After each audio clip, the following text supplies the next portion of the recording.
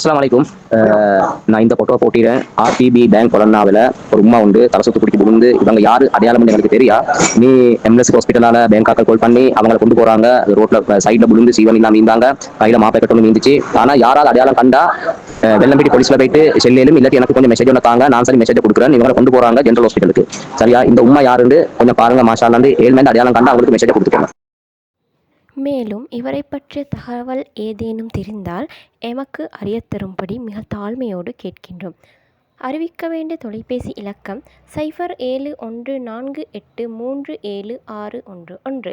எமது வாட்ஸ்அப் இலக்கம் 0788159002. ஜஸாக்கல்லாஹ் ஹைர். இச்செய்தியை உங்களுக்கு வழங்குவது ஹுசைன் ரஷீத் ஜனாஸா ஃபவுண்டேஷன், HRGF.